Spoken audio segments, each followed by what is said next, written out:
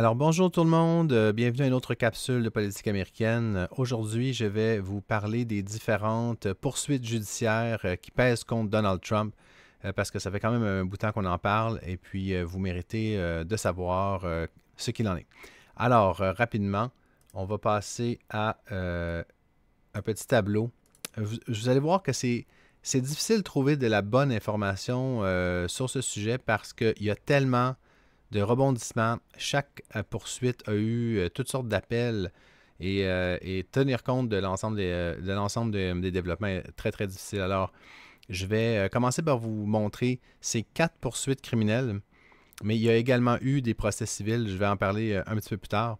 Donc, dans un premier temps, il y a ce qu'on appelle le Federal January 6 Case, c'est-à-dire Donald Trump a été accusé d'avoir essentiellement fomenté une rébellion ou en tout cas encouragé l'interruption d'une procédure officielle.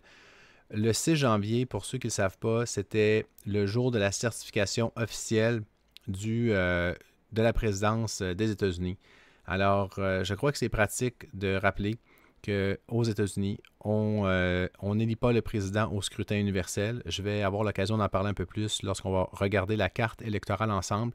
C'est plutôt le collège électoral qui est une création qui a suivi la guerre civile des États-Unis, une espèce de compromis entre le Nord et le Sud. Je vous épargne les détails, mais ça a à voir avec le fait que les États sudistes n'avaient pas une très grande population libre, mais avaient beaucoup d'esclaves et trouvaient que leur vote devrait peser plus, même s'il y avait des esclaves. Alors on s'est retrouvé avec une espèce de compromis où on allait dire qu'un esclave égalait 2 tiers d'un être humain libre et on allait donner plus de poids aux électeurs des États du Sud parce qu'ils avaient beaucoup d'esclaves. Alors, c'est quand même un peu étrange. Les esclaves ne votaient pas, évidemment. Mais après la guerre civile, ils avaient théoriquement le droit de vote. Voilà, on s'est retrouvé avec une situation où est-ce que, essentiellement, on leur bloquait l'accès au vote de toutes sortes de façons, mais on voulait quand même compter leur vote. Alors, cette explication étant mise de côté, lorsqu'on élit aux États-Unis l'élection le 5 novembre prochain, on va élire dans les 50 États un candidat ou l'autre, et puis chaque État a une espèce de nombre de grands électeurs. Celui qui emporte l'État emporte tous les grands électeurs, à quelques exceptions près, mais ça change un grand électeur dans 2 États. Donc, on se retrouve dans cette situation où on collige le total de tous les votes. Le collège électoral se réunit, je crois, au mois de décembre, confirme le vote, ce qu'on savait déjà depuis la soirée électorale ou en tout cas le lendemain. Mais ce n'est que le 6 janvier, ce n'est lorsque le Congrès se réunit pour compter les votes officiellement que l'élection du président est confirmée. C'est pour cette raison que Donald Trump avait organisé une manifestation violente. Le 6 janvier, il leur avait dit allez, battez-vous comme des diables, sinon nous n'aurons plus un pays, je serai là avec vous. Et puis là, les gens se sont dirigés vers le Capitole, où se tenait le vote tout à fait protocolaire pour certifier le résultat de l'élection. Donc, si on compte bien, on était rendu à la 3e fois qu'on votait. Les électeurs ont voté. Ensuite, le collège électoral a voté, puis là, finalement, on confirmait les résultats du côté du Sénat. Donc, c'est ce qui s'est passé le 6 janvier. Donald Trump avait lancé sa meute. Je vais les appeler les meutes. Ses supporters ne sont normalement pas nécessairement une meute, mais ce jour-là, c'était une émeute, littéralement. Donc, voilà, il est accusé d'avoir fomenté cela et d'avoir, délibérément refusé d'agir comme président alors qu'il avait le pouvoir d'envoyer la garde nationale, ce qu'il a tardé longtemps à faire. Beaucoup pour dire que voilà, cette poursuite, les derniers événements étaient qu'elle avait été suspendue par le jugement de la Cour suprême des États-Unis qui avait accordé à Donald Trump une immunité partielle mais totale, c'est-à-dire totale dans son champ d'action pour les actes officiels posés comme président et partielle parce que seulement les actes officiels comme président étaient couverts par cette immunité. Mais ça en couvrait quand même pas mal. Et comme disait l'autre, si si le président ordonne dans ses fonctions de faire assassiner son adversaire politique, est-ce que cela est un acte officiel de président? Apparemment oui, apparemment qu'il n'y aurait pas de poursuite judiciaire possible dans cette situation. Très compliqué, mais cette capsule va être compliquée, donc je m'attends qu'il y ait beaucoup moins d'auditeurs que d'habitude qui restent parce que c'est quand même un peu rébarbatif comme sujet. Donc, le dernier développement, il s'est produit il y a 2 jours où la poursuite a en fait soumis une toute nouvelle liste d'accusations. Elle l'a soumis à un nouveau grand jury. Un grand jury est un jury de 15 personnes au lieu de 12. Et donc, ils ont reconduit les poursuites, mais cette fois-ci en tenant compte de l'immunité du président. Donc, le procureur Jack Smith, dont je vais vous montrer peut-être la photo ici, M. Jack Smith, ont simplement relancé complètement de but en blanc, pas de but en blanc, mais au complet, la poursuite. Donc, il s'agit d'un dossier fédéral. Et quand on dit que c'est un dossier fédéral, ça veut dire que le président qui contrôle l'exécutif, qui est responsable du judiciaire, peut décider, par l'entremise du secrétaire à la justice, de cesser les poursuites. Donc, si Trump l'emporte, il pourrait simplement ordonner qu'on cesse les poursuites contre lui. Et vous allez remarquer que c'est un peu un thème parce que une autre poursuite, celle des documents classifiés, sera également fédérale, donc serait également éligible à soit un pardon de sa part, parce que le président peut pardonner des crimes fédéraux, mais pas des crimes étatiques. 2 des 4 procès sont fédéraux, 2 des 4 procès sont étatiques. Donc, pour terminer sur le premier dossier, vous voyez que ça va être long. La poursuite du 16 janvier a été reconduite, donc on est en attente qu'on tienne une audience sur le fond. Il y aurait une petite chance que le début de l'audience se tienne avant l'élection, mais c'est fort improbable. Donc, de tous les dossiers qu'on va voir, il n'y en a plus aucun qui risque de passer devant un juge d'ici l'élection. Ils sont soit conclus, soit ils ne seront pas conclus d'ici l'élection. Il commence à rester moins de temps. Le processus judiciaire, certains d'entre vous le savent, c'est très lent. Donc c'est plus possible. Donc, voilà pour les 4 comptes au total. Je crois que si j'ai bien compté, c'est 88 comptes. 88 chefs d'accusation contre Donald Trump. Donc, ce premier procès fédéral, voilà, qui complète. Maintenant, le deuxième cas, c'était l'interférence d'élection en Géorgie.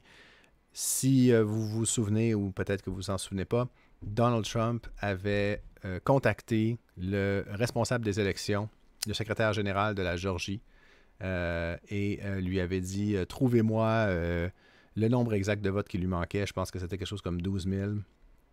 Rassenberger ou quelque chose comme ça. J'oublie son nom exact. Et cette conversation était enregistrée. Donc, il invitait, il exhortait, il demandait à un officiel de falsifier des documents pour le déclarer gagnant dans l'État de la Géorgie, qui, comme on va le voir sur la carte électorale, est un État extrêmement important dans la course à la présidence. Vous allez me demander pourquoi. C'est simplement parce que c'est un État où c'est serré. Il y a plusieurs États où c'est pas serré. Donc, on sait déjà qui va emporter les grands électeurs de ces États-là. Il ne reste que les États qui n'ont pas encore clairement fait passer la balance d'un côté ou de l'autre. La Géorgie en est. Donc, dans cette affaire, Trump subit cette accusation à 10 comptes, 10 chefs d'accusation, donc. Et la poursuite est organisée par Mme Fani Willis. Et cette affaire a été arrêtée, mise sur pause plutôt, parce que Mme Willis avait nommé un procureur spécial pour se charger de l'affaire qui s'adonnait à être lié romantiquement à elle. Ça n'affectait pas l'impartialité de leur travail dans la mesure où les deux étaient tout aussi intéressés à faire un bon travail de procureur, mais cette nomination venait avec pas mal d'avantages financiers et ça paraissait très très mal. Donc le juge a demandé à l'un des deux de se retirer du dossier parce que ça paraissait trop mal. Et c'est son maintenant conjoint qui s'est retiré. Donc, ça l'a mis à mal la réputation de Mme Willis, ça l'a mis à mal le bon déroulement du procès. Mais là, maintenant que c'est chose faite, le procès va visiblement reprendre. Donc, voilà, il est à noter que cette poursuite est très grave et aussi un dossier assez difficile à contredire pour Trump parce que il y a un enregistrement de lui. Et c'est M. Ratzenberger, c'est le secrétaire général de Géorgie, un républicain, soit dit en passant, qui a enregistré cette conversation. Donc, ça va être difficile pour lui de nier avoir fait ça. Ça va être difficile pour lui de convaincre un jury que c'était pas un crime parce que c'en était un.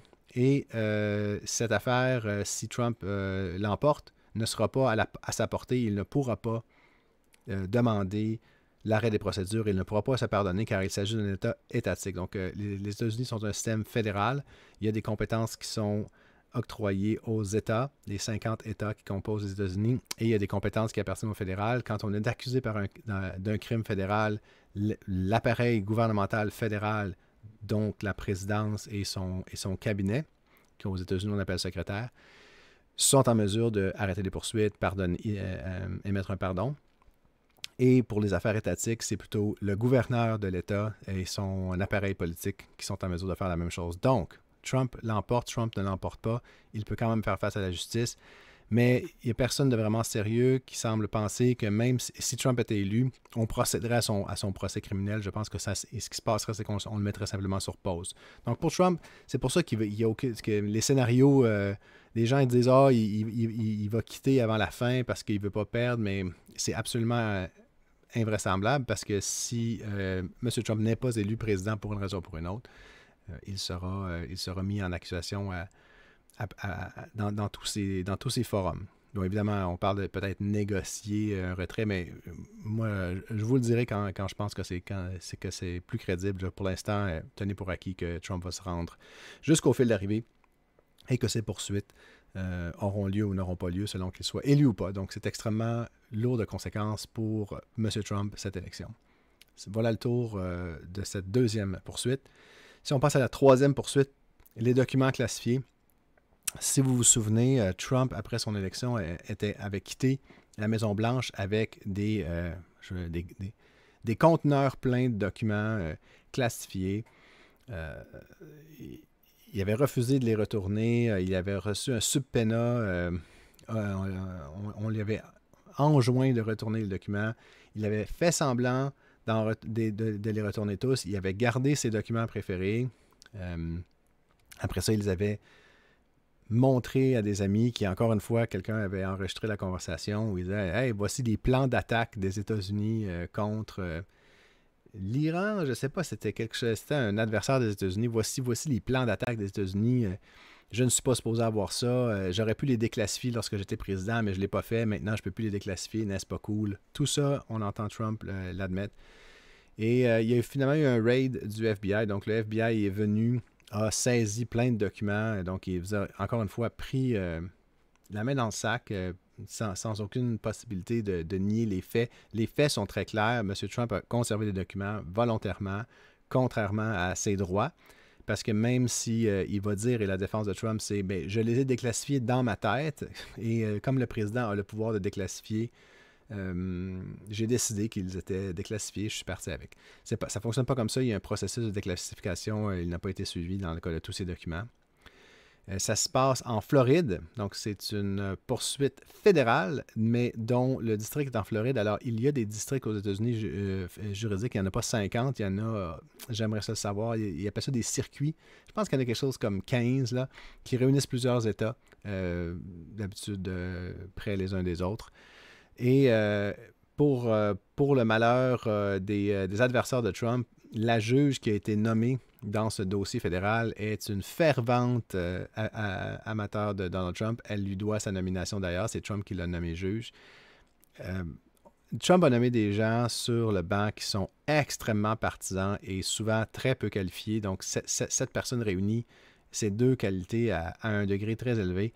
Donc, elle est très partisane et elle est très peu qualifiée. Donc, elle a pris plusieurs décisions qui ont été renversées en appel brutalement. Et on parle d'appels dont les juges de la cour d'appel qui se situent au-dessus de ce circuit ont utilisé des termes très durs pour renverser ces décisions.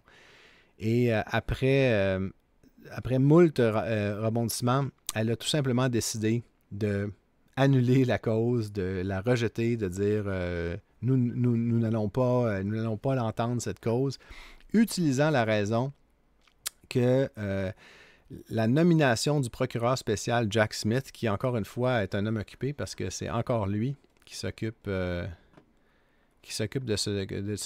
cette affaire, sa nomination était anticonstitutionnelle, non pas à cause de la façon spécifique dont ça a été fait dans le cas de Jack Smith, mais parce que dans la vie, on ne peut pas nommer de procureurs spéciaux, ce qui renverse 100 ans de jurisprudence, est fort établi et de la pratique extrêmement établie aux États-Unis.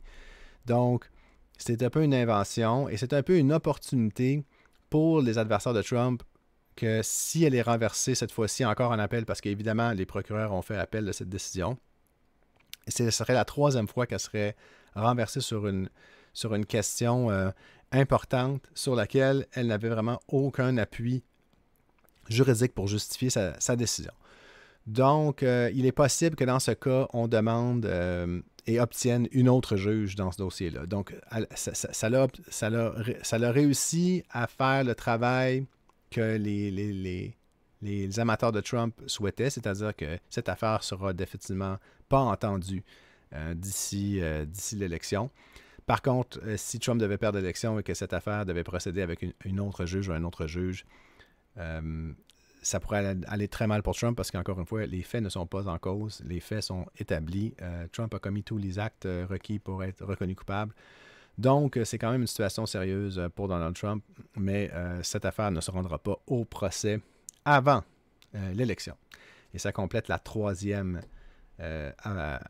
poursuite criminelle contre Donald Trump. Maintenant, si on passe à la 4e poursuite contre Donald Trump, il s'agit on appelle ça le hush money parce que ça s'est passé dans le district de New York. Il s'agit d'une poursuite étatique. Le procureur est M. Alvin Bragg et on a accusé Donald Trump d'avoir falsifié des dossiers d'affaires pour maquiller un paiement que M. Trump aurait fait par l'entremise de son avocat Michael Cohen qui soit dit en passant, est allé en prison un peu plus tard pour avoir menti au Congrès au profit de Donald Trump.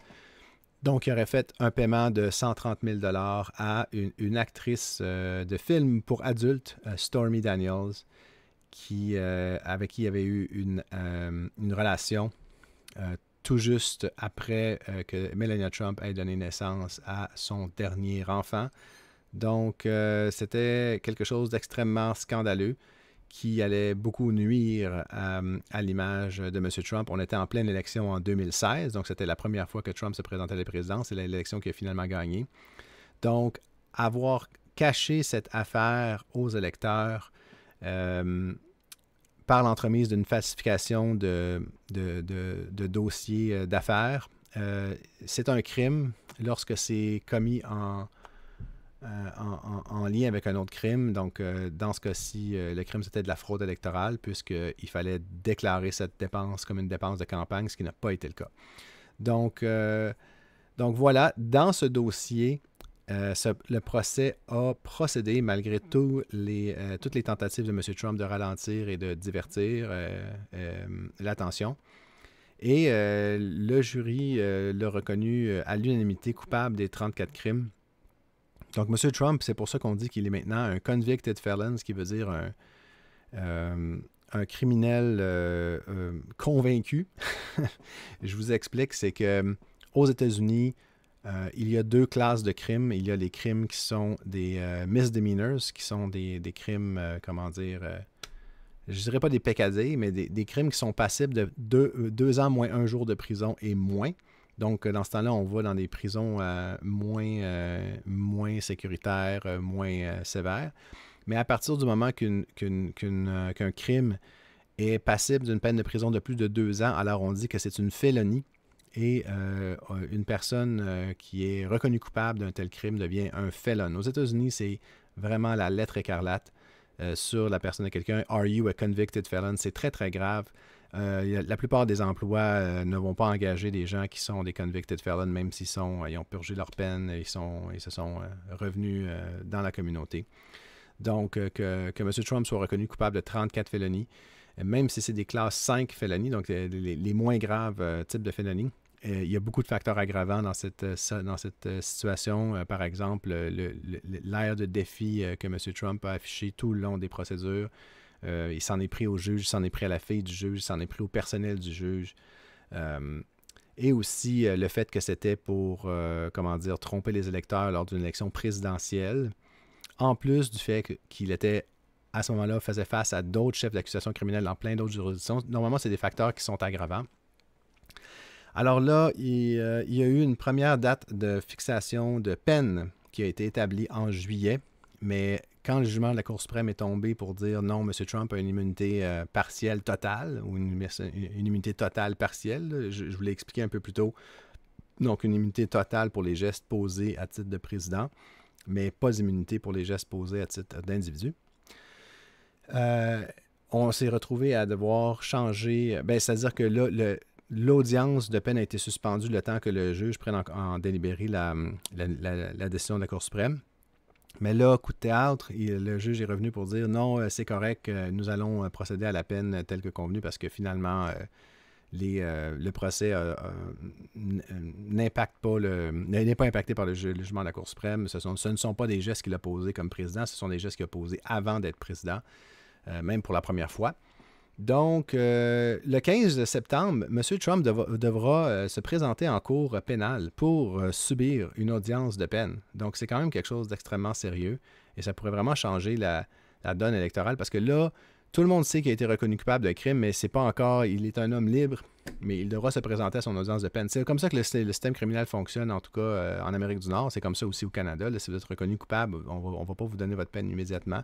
On va faire une enquête de peine. Donc, c'est là qu'on va enquêter sur votre passé, on va enquêter sur vos agissements récents, et puis on va faire une recommandation au juge basée sur un ensemble de facteurs. Donc, c'est là qu'on est rendu dans ce dossier-là. Donc, ça, c'est le 4e procès criminel. Donc, quand vous avez entendu, peut-être il y a quelques jours, que Trump avait subi de nouvelles accusations, je veux juste vous remettre en contexte que ce sont les accusations dans l'émeute du 6 janvier, ou plutôt l'insurrection, comme certains vont l'appeler, du 6 janvier, les 4 comptes avaient été mis à mal par le jugement de la Cour suprême, mais là, dans ce cas-ci, le procureur est retourné devant un grand jury pour solliciter de nouvelles accusations qui, cette fois-ci, tenaient compte du jugement. Il les a obtenues.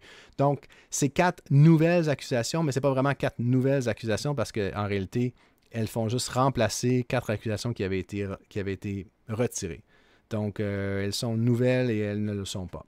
Donc, ça n'augmente pas le compte, en tout cas, de poursuites contre laquelle M. Trump fait face. Alors, ça complète les 4 procès criminels. Maintenant, je vais vous parler des procès civils.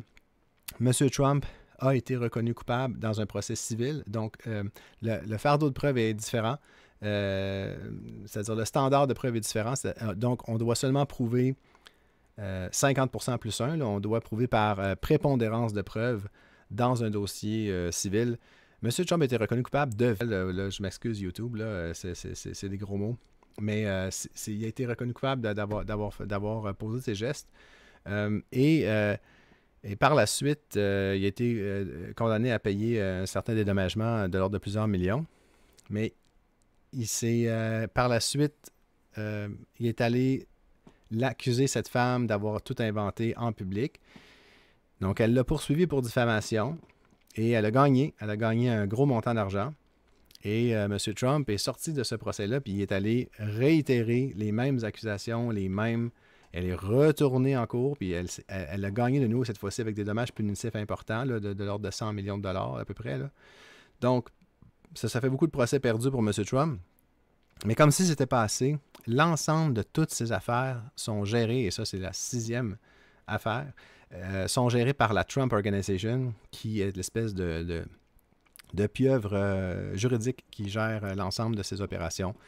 Et cette organisation-là a été accusée par le fisc de énormes fautes juridiques, énormes fautes morales, reconnue coupable, reconnue coupable d'avoir fraudé des banques, etc., est condamné à payer une somme pharaonique de 430 millions et qui a été réduite en appel à 175 millions, mais qui est quand même un gros montant d'argent. Donc, quand on dit Monsieur Trump, où va l'argent de ses supporters? Est-ce qu'elles vont vraiment toutes vers sa campagne? Parce qu'on sait que Trump n'a pratiquement ouvert aucun bureau de campagne contre des dizaines et des dizaines pour les démocrates. Et on se demande où va l'argent. C'est difficile de croire qu'il n'y a pas une bonne partie de l'argent qui ne va pas payer ses avocats. Donc, c'est des millions de dollars, là, toutes ces poursuites-là dont on parle, mais également l'ensemble de toutes les incroyables peines de centaines de millions de dollars à multiples reprises que Trump doit payer.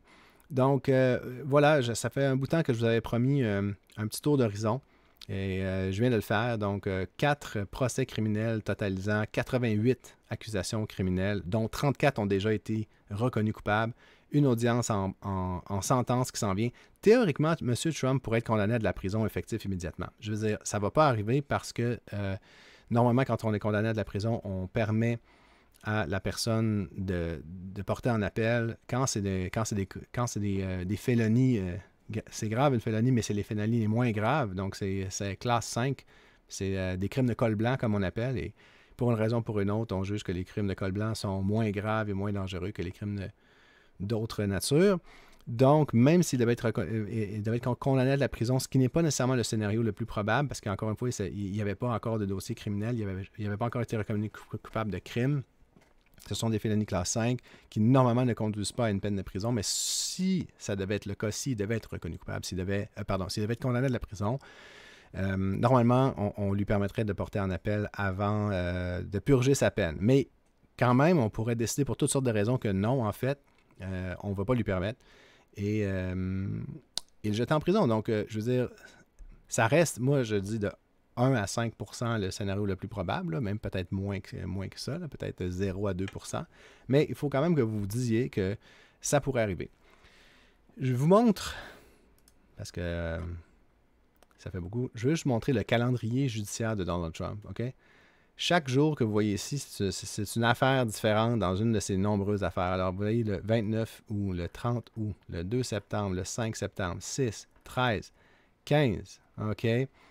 Alors, le 17, le 18. Alors, je ne sais pas si j'avais dit le 15, mais c'est le 18 septembre, sentencing at 10 a.m. Donc, 10 heures du matin, heure de l'Est, de la côte Est, heure de New York, là, M. Trump, c'est aussi une poursuite étatique. Donc, M. Trump, même élu, ne pourrait pas se pardonner, ne pourrait pas faire l'arrêt des procédures. Donc, ça, c'est quelque chose qui va lui peser au-dessus de la tête pendant encore longtemps. Donc, ça continue le 25 septembre, le 26 septembre, le 2 octobre, le 16 octobre. Alors, ça fait énormément de choses et c'est très distrayant pour M. Trump. Donc, voilà, c'est le tour d'horizon de l'ensemble des poursuites judiciaires. Je vais faire une autre capsule sur l'état de la course parce que là, je me rends compte que le temps passe. Ça fait quand même déjà une assez longue capsule et tout ce qu'on a fait, c'est parler de affaires juridiques. Mais vous comprenez maintenant pourquoi j'ai pris autant de temps avant de vous en parler. C'est quand même compliqué, c'est quand même long. Mais j'estime que c'est quelque chose que vous devez savoir et c'est quelque chose qui devait certainement vous intéresser.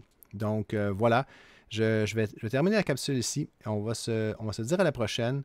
Et très bientôt, je vais vous mettre à jour sur l'état de la course. Alors, sur ce, je vous souhaite une excellente fin de journée et je vous dis à la prochaine.